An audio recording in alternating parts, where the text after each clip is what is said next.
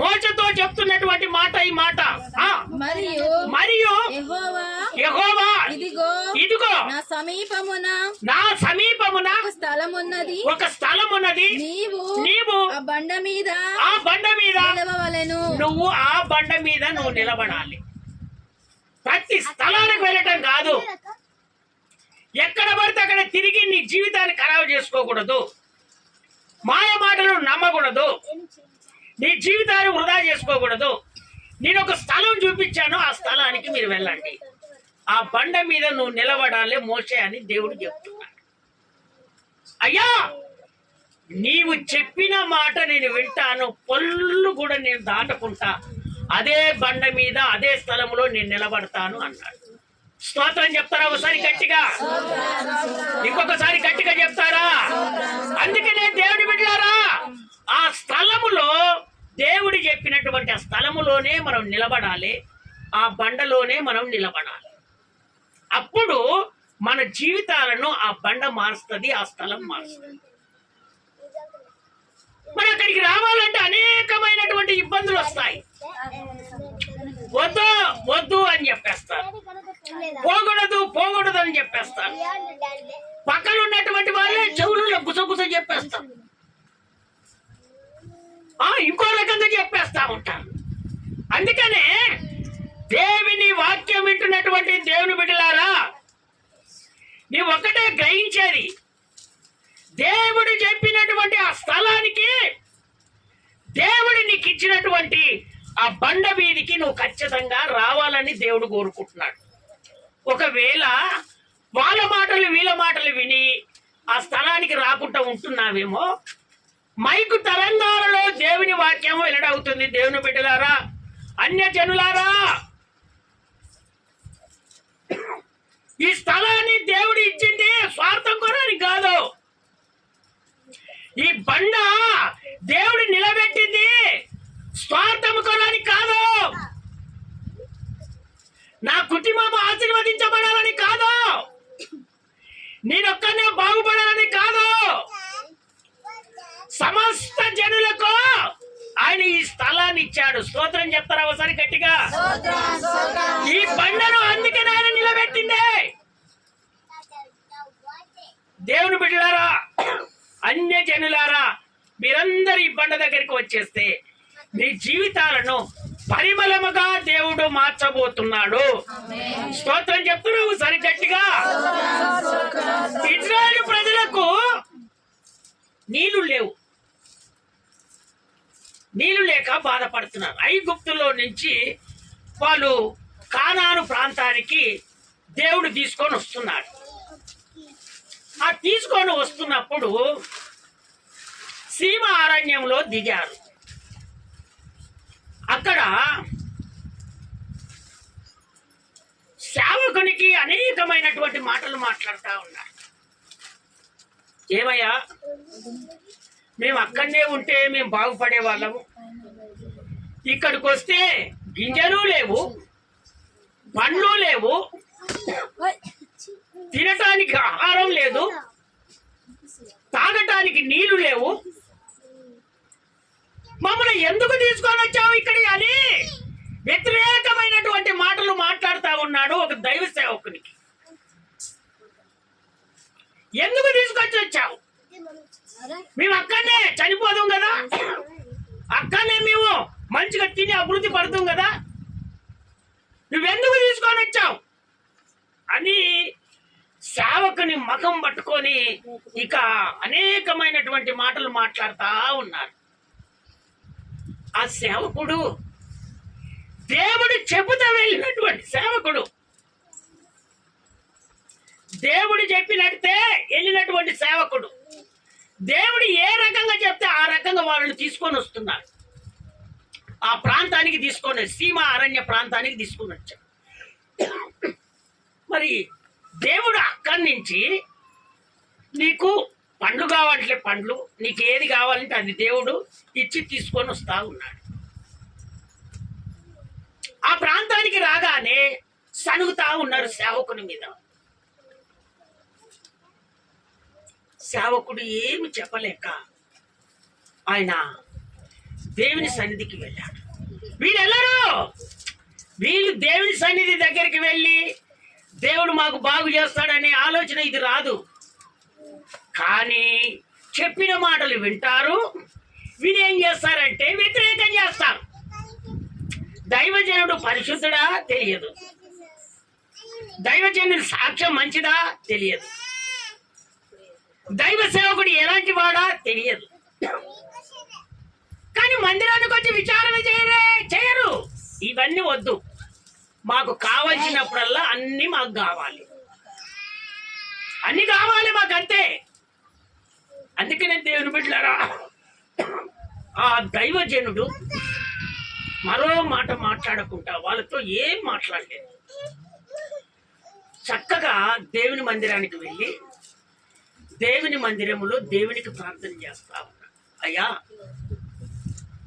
ఈ ప్రజలు గింజలు లేవంటున్నారయ్యా, పండ్లు లేవంటున్నారయ్యా, తినటానికి ఆహారం లేదంటున్నారయ్యా, ఇప్పుడు తాగటానికి నీళ్ళు లేవంటున్నారయ్యా, పశువులకు నీళ్ళు లేవంటున్నారు, మేత లేదంటున్నారు, ఎన్నో విధాలుగా అంటున్నారు. ప్రభు, నీవు నన్ను తీసుకొని వెళ్ళావు, నీ ప్రజలను తోడుకొని రామన్నావు, ఇదిగోనయ్యా నేను తోడుకొని వచ్చాను అనగానే దేవుడు చెప్తున్నటువంటి మాట, మోషే నీ బ్రదర్ని తీసుకొని నీవు ఆ బండ దగ్గరికి వెళ్ళు అంటున్నాడు. ఎవరంటున్నారు? దేవుడు అంటున్నాడు. అప్పుడు నా మహిమ మీరు చూస్తారు.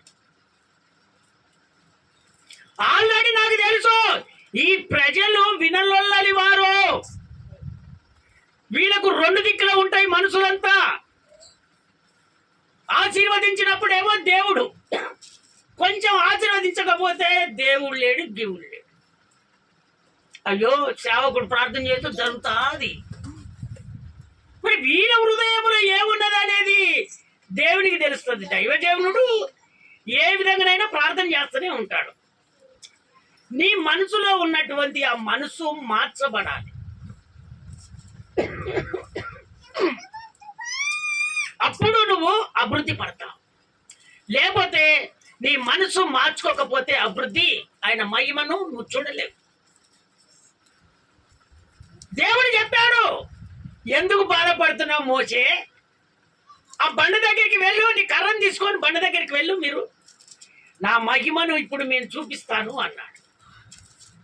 చదవండి దేవుని వాక్యం, సంఖ్యాకాండము 20వ అధ్యాయము 11వ వచనం. 20వ అధ్యాయం 11వ వచనం. అప్పుడు మోషే తన చెయ్యి ఎత్తి రెండు మారులు తన కర్రతో ఆ బండను కొట్టగా నీళ్లు సమృద్ధిగా ప్రవహించెను. సమాజమును పశువులను తాగాయి. స్తోత్రం చెప్తారా ఒకసారి గట్టిగా? ఇంకొకసారి గట్టిగా చెప్తారా? అందుకనే దేవుని బిడ్డలారా, దేవుడు మీతో మాట్లాడుతున్నటువంటి మాట, మీరు పై భక్తి చేయకూడదు. పై భక్తి చేస్తే నువ్వు ఆశీర్వాదాన్ని పొందుకోలేవు. పై భక్తి చేస్తే నువ్వు ఆశీర్వాదాన్ని పొందుకోలేవు. నీవు యథార్థమైనటువంటి భక్తిని చేసినప్పుడు, నీ మనసు మార్చుకొని భక్తి చేసినప్పుడు, నీ ఆత్మీయ జీవితాన్ని దేవుని కనపరిచినప్పుడు, ఆయన దగ్గర మీరు ఖచ్చితంగా మేలు పొందుకుంటారు, మేలు అనుభవిస్తారు. దైవజనుడు ఎంత కష్టపడతాడో మీకు ఇప్పుడు అర్థమైందిగా. ఓ సంఘానికి ఒక నాయకుడిగా, ఒక దైవ సేవకుని దేవుడు నిలబెట్టినప్పుడు, దేవునితో అనుబంధమైనటువంటి దైవ సేవకులు ఏం చేస్తారంటే యేసయ్య పాదాలు పట్టుకుంటారు. అయ్యా, నన్ను తీసుకొని వచ్చావు, నీ బిడ్డల సమస్యలు తీర్చు, నీ బాబా అదే కోరుకుంటాడు. కానీ ఇంక వేరే దైవజనుడు ఏది కోరుకోడు. ఎందుకో తెలుసా? మీరందరూ సంతోషంగా ఉండాలనే ఆ దైవజనుడు దేవుడు తీసుకొని వచ్చాడు. ఐగుప్తుల బానిసలుగా బ్రతుకుతుంటే ఆ మొరబెట్టిన మొర దేవునికి వినపడి ఇప్పుడు దైవ సేవకులను అక్కడికి పంపించాడు. అక్కడి నుంచి తీసుకొని వస్తున్నాడు. కాపాడే బాధ్యత దేవుడిది, నడిపించే బాధ్యత సేవకుడి. స్తోత్రం చెప్తారా ఒకసారి గట్టిగా? అప్పుడు అక్కడికి వెళ్ళి బండ మీద 2 సార్లు కొట్టగానే ఆ బండలో నుంచి నీళ్లు ప్రవహించాయి. స్తోత్రం చెప్తారా ఒకసారి గట్టిగా? ఇంకొకసారి గట్టిగా చెప్తారా? అందుకనే నా దేవుడు చెప్తున్నాడు, అనేకమైన బండాలు ఉన్నాయని చెప్పొచ్చు. నీకు ఏ బండ అవసరమో, ఏ బండ దగ్గర నీకు ఆశీర్వాదం కలుగుతుందో ఆ బండను నువ్వు వెతుకోవాలని దేవుడు చెప్తున్నాడు. దేవుని బిడ్డలారా, నువ్వు వెతకట్లేదు, ఇకనైనా నువ్వు వెతుకో. ఆ స్థలానికి ఈ స్థలానికి ఈ ఆలోచనలని చేస్తున్నావు. నీ మనసంతా మార్చుకో. నీ జీవితాన్ని మార్చడానికి నా దేవుడు ఉన్నాడు. ఆయన చెప్పిన బండ దగ్గరికి రా. ఆయన చెప్పిన బండ దగ్గరికి వస్తే నిన్ను దేవుడు అభివృద్ధి పరుస్తాడు, ఆశీర్వదించబడతాడు. లేకపోతే నువ్వు ఆశీర్వదించబడవు. నువ్వు ఎంత తిరిగినా, ఎంత చేసినా నీ ఆశీర్వాదం కోల్పోదు. ఎందుకంటే దేవుడు ఏదైతే చెప్తాడో అది ఖచ్చితంగా నా దేవుడు నెరవేరుస్తాడు. స్తోత్రం చెప్తారా ఒకసారి గట్టిగా? ఇంకొకసారి గట్టిగా చెప్తారా? 4-5 వచనం చదువు నాన్న. ఏ విధంగా తిడుతున్నారో దైవజనుని. అయితే మేమును మా పశువులను ఇక్కడ చనిపోవునట్లు ఈ అరణ్యములోనికి యెహోవా సమాజమును మీరు ఎలా ఇక్కడికి తీసుకొని వచ్చారు? ఈ కాని చోటికి మమ్మల్ని తెచ్చుకుంటకు ఐగుప్తులో నుండి మమ్మును ఎలా రప్పించిది? ఎందుకు రప్పించావు? ఈ స్థలములో గింజలు లేవు, అంజూరాలు లేవు, ద్రాక్షలు లేవు, దానిమ్మలు లేవు, త్రాగుటకు నీళ్ళే లేవని. కాళ్ళు తాగుటానికి నీళ్లు కూడా లేవు అంటున్నాడు. అప్పుడు ఏమంటున్నాడు? ఒక మాట చదువుగా. అప్పుడు మోషే అహరోనులు సమాజము ఎదుట నుండి ప్రత్యక్ష గుడారము అనగా దేవుని మందిరానికి వెళ్ళి ద్వారములోనికి వెళ్ళి సాగిలపడగా యెహోవా మహిమ వారికి కనబడెను. స్తోత్రం చెప్తారా ఒకసారి గట్టిగా? ఆ మహిమ ద్వారా మోషే, నువ్వు ఎందుకు చింతిస్తున్నావయ్యా? నా మహిమను నీకు చూపిస్తాను. బిడ్డలు నీళ్ళేమని బాధపడుతున్నారు కదా, ఇదిగో నువ్వు వెళ్ళి ఆ బండను 2 సార్లు కొట్టు, అల్లకెళ్ళి నీరు ప్రవహిస్తుందని చెప్పాడు దేవుడు. అదే ప్రకారంగా మీ కుటుంబాలను నా దేవుడు ఆశీర్వదించబోతున్నాడు. స్తోత్రం చెప్తారా ఒకసారి గట్టిగా? ఒకవేళ బండ హృదయాలు ఉన్నాయేమో, ఆ బండ హృదయాలను నా దేవుడు కరిగిస్తున్నాడు. మాంసం హృదయాలుగా దేవుడు చేయబోతున్నాడు. కొంతమంది బండ పట్టుకున్నట్టే పట్టుకుంటారు. వద్దు కుటుంబం అంతా నాశనం అయిపోయిన దాకా అదే పట్టుకుంటారు, అదే మాటింటారు. అందుకనే నా దేవుడు చెప్తున్నాడు, వాటిని అన్ని తీసివేసి ఇదిగో ఆ బండ దగ్గరికి రావాలి, దేవుడు చూపించినటువంటి ఆ స్థలం దగ్గరికి రావాలి. నువ్వు అప్పుడు ఆశీర్వదించబడతావు. స్తోత్రం చెప్తారా ఒకసారి గట్టిగా? ఇంకొకసారి గట్టిగా చెప్తారా? అప్పుడు అక్కడ ఉన్నటువంటి పశువులు అందరూ ఆ నీళ్లు తాగి అభివృద్ధి పడటం మొదలు పెట్టారు. ఈరోజు నువ్వు అభివృద్ధి పడట్లేదంటే కారణం ఎందుకు తెలుసా? నీ మనసులో కొంచెము హృదయాలు కఠినంగా ఉన్నాయి. ఎవరు చెబితే వాళ్ళ మాటలు వినటం వలన ఆ కఠినమైన హృదయాలను మీరు తీసివేసి, ఏ స్థలాలైతే దేవుడు నీకు అనుగ్రహించాడో, ఏ బండ అయితే నీకు అనుగ్రహించాడో అక్కడికి వెళ్ళి నువ్వు కన్నీరు గార్చి ప్రార్థన చెయ్యి. దేవుని మహిమ అద్భుతాలు మీరు చూడబోతున్నారు. స్తోత్రం చెప్తారా ఒకసారి గట్టిగా?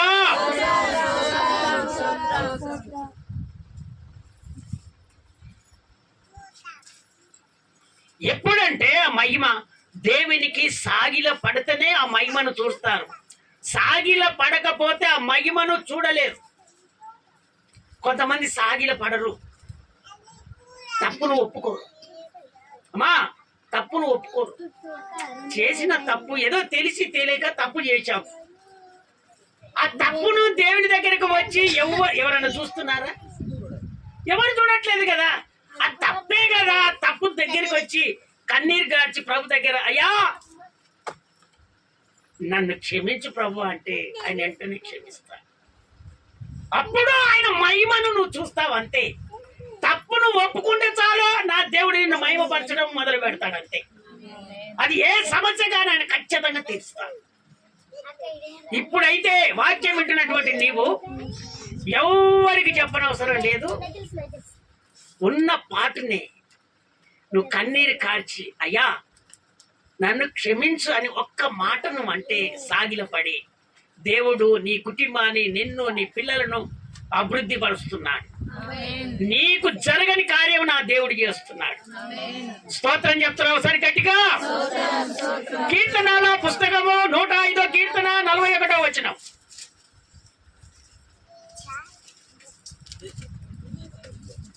బండను చీల్చగా నీళ్లు ఉబ్బికి వచ్చెను. ఎడారులలో అవి ఏరులై పారెను. చూచారా? ఏరులై పారాయి. నీళ్లు లేని ఆ ప్రాంతం అంతా ఏరులై పారాయి. అంతే. ఇక అంతకన్నా మహిమ కలిగిన దేవుడు ఎక్కడ ఉన్నాడు? ఇక ఎక్కడ కన్నీరు కాడితే నీకు ఈ మహిమ దొరుకుతుంది? ఏరులై పారాయి. అభివృద్ధి అమ్మటి అభివృద్ధి కలిగింది. ఆ బండలో నుంచి ఆయన మహిమ ద్వారా నీళ్లు ప్రవహింపజేశాడు. బండను చీల్చిన దేవుడు నీ స్థితిగతులను మార్చడా? నీ జీవితాన్ని మార్చడా? నీ సమస్యను తీర్చడా? నీ అప్పుల నుంచి తొలగించడా? నీ బాధను తొలగించడా? నీ సమస్యగా పరిష్కారం కాదని నువ్వు అనుకుంటున్నావేమో. చూడు, నా దేవునికి అసాధ్యమైనది ఏది లేదు. ఆయన ఖచ్చితంగా చేస్తాడు.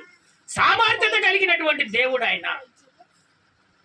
దేవుడు అని పిలిపించుకోవడానికి యోగ్యత కలిగినటువంటి వాడు నా ప్రభు అయిన యేసు. స్తోత్రం చెప్తారా ఒకసారి గట్టిగా? ఇంకొకసారి గట్టిగా చెప్తారా? చదవండి. దేవుని వాక్యంలోనికి మనం వెళ్తాం.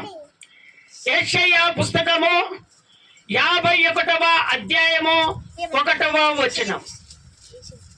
51వ అధ్యాయము 1వ వచనం. నీతిని అనుసరించుచు యెహోవాను వెతుకుచు ఉండువారులారా నా మాట మీరు వినండి. మీరు ఏ బండ నుండి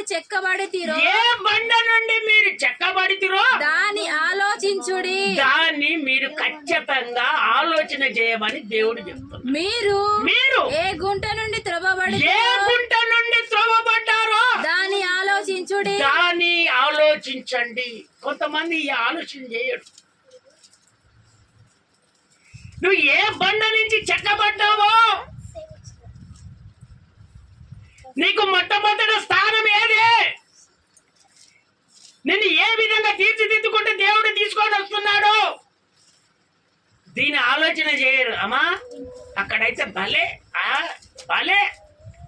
అన్ని అంత చీరలు ఇస్తారు, బట్టలు ఇస్తారు, సైకిళ్ళు ఇస్తారు, చాక్లెట్లు ఇస్తారు, ఇంకా తాగుడుకు పోస్తారు, అన్ని A to Z ఉంటాయి. అనగానే ఏం చేస్తారు? ఎక్కడ చెక్కబడ్డారో ఆ బండను ఏం చేస్తారు? మర్చిపోతారు. అలాంటి వాళ్ళు ఎవరైనా ఉన్నారా? చేతులెత్తి ఒకసారి ఆలోచన చెప్దామా? దీని మీద ఎప్పుడు కూడా మనము ఆలోచన పెట్టుకోకూడదు. దేవుడు మహిమ ద్వారా నీళ్ళను తీసుకొచ్చిన దేవుడు నీకు డబ్బు కొదవ చేస్తాడా? నీ ఇల్లును కట్టించలేడా? నేను అభివృద్ధి పరచలేడా? నీకు ఆ చాక్లెట్ ఇయ్యాలా దేవుడు? ఆ సైకిల్ ఇప్పియాలా దేవుడు నీకు? ఆ బట్టలు ఇప్పియాలా దేవుడు నీకు? ఎందుకు వాటి మీద నువ్వు ఆయుధపడుతున్నావు? వాటిని అన్నిటిని నువ్వు మర్చిపో. దేవిని అత్తుకునే వారిగా నువ్వు ఉంటే దేవుడు సమస్తము నీ కాళ్ళ దగ్గరికి దేవుడు తీసుకొని వస్తాడు. ఒక్క హాలలే చెప్తారా? ఇంకొకసారి గట్టిగా చెప్తారా? ఏటికి భయపడదు, ఏటికి భయపడకూడదు. నా దేవుడు ఖచ్చితంగా నీకు తీసుకొచ్చి నీ కాళ్ళ దగ్గర పడేస్తాడు. అందుకనే ఎక్కడి నుంచి చెక్కబడ్డావో దాన్ని నువ్వు మర్చిపోకూడదని నా దేవుడు చెప్తున్నాడు.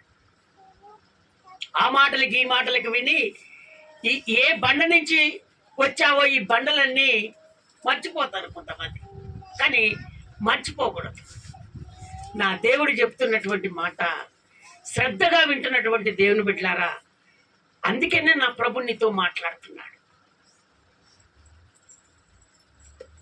ఏ గుంత నుండి నువ్వు తీయబడ్డావో బా ఫస్ట్ కాస్త అమ్మా కొంచెం సెలవు తీయమ్మానంటే సెలవు తీసి చేతగాళ్ళని వాళ్ళు ఉన్నారు.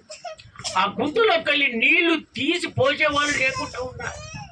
ఇప్పుడు ఆ గుంతని తీసి అన్ని చేసి నేను అభివృద్ధి పరిచినవన్నీ మర్చిపోతారట దేవుడు చెప్తున్నటువంటి మాట. అందుకనే ఇవన్నీ మీరు మర్చిపోకూడదని దేవుడు మీతో మాట్లాడుతున్నాడు. చెప్పొచ్చు మీరు బాగైపోయారు కదా, ఇంకేం కాదులే, ఎక్కడికి వెళ్ళినా ఏం కాదులే అని ఇలాంటి వాళ్ళు అనేకులు ఉండొచ్చు, కానీ మనలో ఉండరు. మన సంఘములో ఇలాంటి వాళ్ళు లేరు.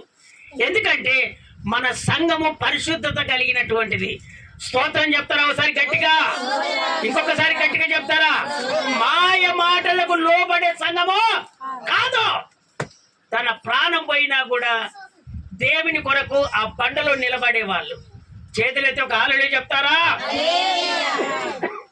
అందుకనే దేవుని బిడ్డలారా, నువ్వు ఎక్కడ చెక్కబడ్డావో దాన్ని ఒకసారి దేవుడు జ్ఞాపకం చేస్తున్నాడు. ఎక్కడి నుంచి తీయబడ్డావో దేవుడు ఒకసారి నేను జ్ఞాపకం చేస్తున్నాడు. అది ఎప్పటికీ నువ్వు మర్చిపోకూడదట.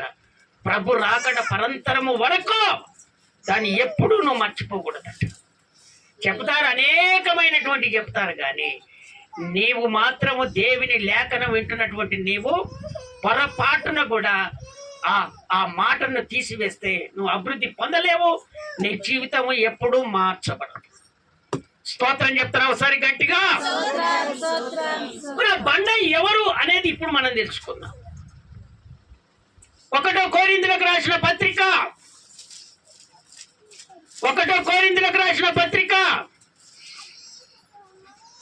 10వ అధ్యాయం 4వ వచనం. అందరూ ఆత్మ సంబంధమైన ఒకే పానీయమును పానము చేసిరి. ఎలాగనగా తమ్మును వెంబడించిన ఆత్మ సంబంధమైన బండలోనిది తాగిరి. ఆ బండ క్రీస్తే. ఆ బండ ప్రభువైన యేసుక్రీస్తు. స్తోత్రం చెప్తారా ఒకసారి గట్టిగా? ఇప్పుడు అందరికి అర్థమైంది అనుకుంటా. ఆ బండ ఎవరు? యేసయ్య. యేసయ్య ఎక్కడ నిలబడతాడో అక్కడ నీవు మోకరించి నువ్వు ప్రార్థన చేసుకో, నువ్వు అభివృద్ధి పొందుతూనే ఉంటావు. స్తోత్రం చెప్తారా ఒకసారి గట్టిగా? అందుకనే యేసయ్య దగ్గరికి, ఈ బండ దగ్గరికి రావాలంటే చాలా కష్టంగా ఉంటుంది. పక్క వాళ్ళు ఏమో దేవుని నమ్ముకున్నావు, అయ్యో నమ్ముకున్నావా, పోతున్నావా ఇక, అబ్బా ఇట్లా వ్యతిరేకం చేస్తారు. ఆ బండ దగ్గరికి రావాలంటే అనేకులు వ్యతిరేకం చేస్తారు. అయ్యో ఏంది నువ్వు నష్టం బొట్టు పెట్టుకోవట్లేదా? నేను అందానికి బొట్టు పెడితే ఎంత మంచిగా ఉంటుందమ్మా. నేను అమ్మో దేవుని నమ్ముకున్నావు, అదే మాయ రోగం వచ్చిందా నీకు? ఇప్పుడే దేవుని నమ్ము. ఏదో 40-50 సంవత్సరాలు పడ్డాక దేవుని నమ్ముకుంటే ఏదో అనుకుంటాం, కానీ ఇప్పుడే నమ్ముకున్నావా? ఇంకా అయిపోయింది. నీ పిల్లలకు పిల్లలు ఇయ్యరు, నీ కొడుకుల కోడలు రారు, నీ భర్త ఇంక మారడు, నీ జీవితం ఇవన్నీ చెప్పేసి ఆ బండ దగ్గరికి రానియరు. అందుకనే దేవుని బిడ్డలారా, మనకు ఈ భూమి మీద ఏది శాశ్వతమో కాదు, మనకు శాశ్వతమైనది ఆయన రాజ్యంలో. స్తోత్రం చెప్తావా సార్ గట్టిగా? ఇంకొకసారి గట్టిగా స్తోత్రాలు చెబుదామా?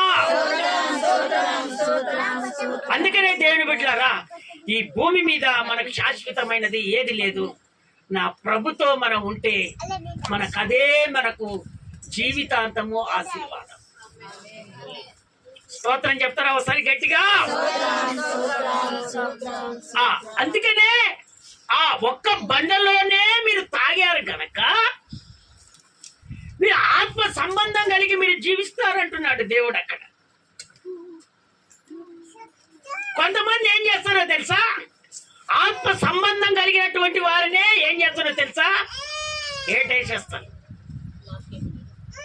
ఏటేసేస్తారు ఒకటేసారి. అబ్బా, ఆత్మ కలిగి జీవిస్తున్నారా సంఘంలో? ఏ విధంగానైనా పట్టుబడాలని చిన్నగా లాగటానికి ప్రయత్నం చేస్తారు. దేవుని బిడ్డలారా, రాబోయే రోజులలో ఇవన్నీ మీకు జ్ఞాపకం వచ్చేస్తాయి. ఇప్పటికీ మిమ్మల్ని గుంజినాలే. దేవుడు మాట్లాడుతున్నాడంటే అది ఖచ్చితంగా నెరవేర్పు జరుగుతూనే దేవుడు మాట్లాడతాడు, లేకపోతే మాట్లాడాడు. అందుకని మీ జీవితాలను మార్చుకోవటానికే దేవుడు ఈరోజు మాట్లాడుతున్నాడు. స్తోత్రం చెప్తారా ఒకసారి గట్టిగా? ఇంకొకసారి గట్టిగా చెప్తారా? అందుకనే దేవుని బిడ్డలారా, దేవుడు మీతో మాట్లాడుతున్నప్పుడు ఆ మాటలు విని అనుసారంగా మనం నడుచుకున్నప్పుడే మన జీవితంలో గొప్ప మేలు మనం పొందుకుంటాం, లేకపోతే మేలును మనము పొందుకోలేం. ఆత్మ సంబంధం కలిగి జీవిస్తున్నటువంటి వారినే కొంచెం లాగేస్తారు.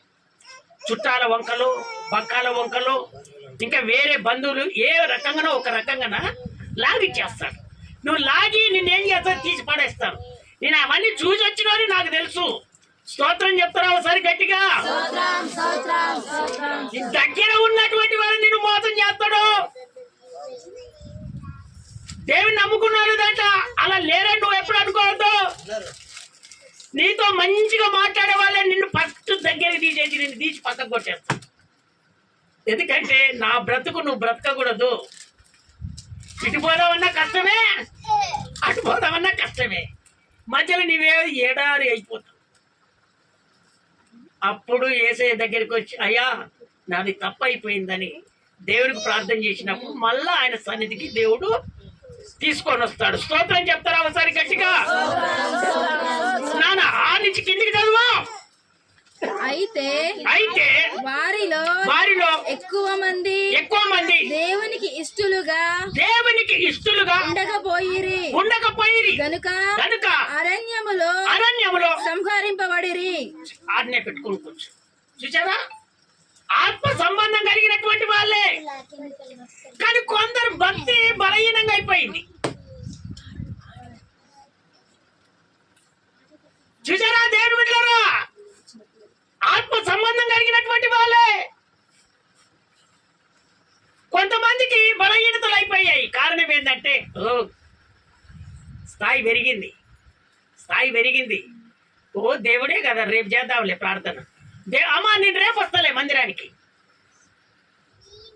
వద్దే దేవుడు లే ఏమో మా రోజు మందిరము, మరి మేము పని చేసుకోకపోతే మాకు భూ ఎట్టు వస్తుంది? అదే కొంచెం ఇలాంటి వాళ్ళు ఉంటారు. పని చేయకపోతే మాకు కూడి నుంచి వస్తుంది, ఇలాంటి వాళ్ళు. అందుకనే కదా తనులారా, దేవుడు నీకు ఇచ్చింది 6 రోజులు పని చేసుకో, ఒక్క రోజు నాకు కేటాయించమని దేవుడు చెప్పాడు. ఆ దేవుని కేటాయించిన ఆ రోజు కూడా నువ్వు వెళ్ళిపోతున్నావు అంటే ఇంత చేసిన దేవుడు ఎంత బాధపడతాడో ఒకసారి ఆలోచన చేయండి మీరు. వాడు 1000 రూపాయలు ఇస్తేంది, 5000 ఇస్తేంది, దేవుడు మళ్ళీ నీకు ఇవ్వడా? అక్కడ చెప్తున్నాడు కదా, ఆత్మ సంబంధం కలిగినటువంటి వాళ్ళే, కానీ కొంతమంది మరణించారని దేవుడు చెప్తున్నాడు. ఎందుకు ఈ విధంగా? ఎందుకు కొంతమంది కార్యాలు జరగవు? మళ్ళీ ఆ రోజు పని దొరకలేదు కదా, దొరకని రోజు ఎవ్వరు చెప్పకం ఉంటే మా మందిరం వచ్చి కూర్చుంటాం. ఏమా ఈ రోజు పని పోలేదేమా అంటే, అయ్యా నేను దేవుని మందిరానికి రావాలనే వచ్చాను కానీ నేను పనికి పోనయ్యా, నేను అప్పుడే వాగ్దానం చేసుకున్నా. మళ్ళీ వచ్చే వారం చూస్తే మందిరంలో ఉండరు. ఏమా పనికి వెళ్ళేవామంటే, అయ్యగారు పనికి వెళ్ళాను అయ్యా. అమ్మా ఇలా ఉంటే దేవుని దగ్గర మనం మేలు పొందుకోలేము. ఆత్మ సంబంధం కలిగినటువంటి మనము ఆత్మ సంబంధంగానే మనం ఉండాలి. ఒక బండ, ఆ బండలో నీళ్లు మనం తాగినటువంటి వాళ్ళము. ఆ బండ అనగా క్రీస్తు. ఆ క్రీస్తు శరీరం అనే సంఘం ఇది. ఇప్పుడు అర్థమైంది అనుకుంటా అందరికీ. క్రీస్తు శరీరమైనటువంటి సంఘము ఈ సంఘము. నీ కృప పెంతెకోస్తు ప్రార్థన మందిరం. స్తోత్రం చెప్తారా ఒకసారి గట్టిగా? ఇంకొకసారి గట్టిగా చెప్తారా? అందుకనే ఆత్మ సంబంధం కలిగి జీవిస్తున్నటువంటి మిమ్మలను ఎరవేయచ్చు, కానీ నువ్వు పడవు. కానీ చెప్పడం దేవుని బాధ్యత కాబట్టి దేవుడు ఈ రోజు సూటిగా నీతో మాట్లాడుతున్నాడు. స్తోత్రం చెప్తారా ఒకసారి గట్టిగా? ఆనిచి కింది చదువునాలా? వారు ఆశించిన ప్రకారము మనము చెడ్డవాటిని ఆశించకుండునట్లు ఈ సంగతులు మనకు దృష్టాంతములుగా ఉన్నవి. జనులు తినుటకును తాగుటకును కూర్చుండి ఆడుటకు లేచిరి అని రాయబడినట్లు వారిలో కొందరి వలె మీరు విగ్రహారాధకులై ఉండకుడి. చూసారా? దేవిని నంగి ఆత్మ సంబంధం కలిగి జీవించి తర్వాత విగ్రహారాధకులుగా మారారట.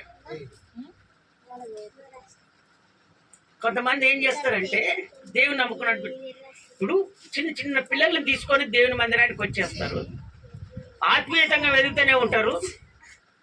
ఆ పిల్లలు పెద్దగా అయ్యి చదువుకొని తెలివికళలు కాగానే ఎవరు చెప్పుకుంటారో వారిని తీసి పక్కకు వేస్తారు, వాళ్ళని తీసి పక్కకు పెట్టేస్తారు. మరి దేవుడు ఎంత కోపపడతాడో తెలుసా?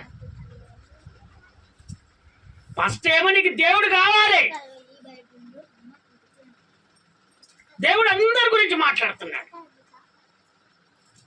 భర్త లేని వారితో, భర్త ఉన్నవారితో, భార్య ఉన్నవారితో, భార్య లేని వారితో దేవుడు మాట్లాడుతున్నటువంటి మాటలు.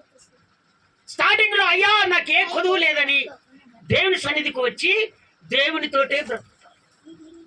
ఒక తల్లి అయితే మన గ్రామమే, అయ్యా నా కుమారుడు పోయిండ్రయ్యా, నన్ను చంపేస్తారు, నా కుమారుడు ఎక్కడ పోయాడు అయ్యా అని కన్నీరుగా వచ్చింది.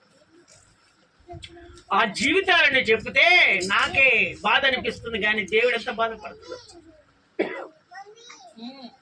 ప్రార్థన చేసి అమ్మా నీ కుమారుడు ఎక్కడికి పోలేదు, సాయంత్రం వరకు దేవుడు మతలాగు ద్వారా నీకు చూపిస్తాడు అనగానే ఆ మతలాగు తెలిసిన దాకా దేవుని మందిరంలో ఉంది. స్తోత్రం చెప్తారా ఒకసారి గట్టిగా? ఆ పిల్లగాడిని వచ్చి మాట్లాడిన తర్వాత సంతోషపడి ప్రైజ్లాడ్ అయ్యగారు అనుకుంటే వెళ్ళిపోయింది. అలాంటి భక్తులు ఇట్లా చెప్పుకుంటే పోతే అనేకమైనటువంటి వాళ్ళు కొంచెము ఆశీర్వదించబడితే దైవ సేవకుని మర్చిపోతారు. మొట్టమొదట నన్నేది దేవుని మర్చిపోతున్నా.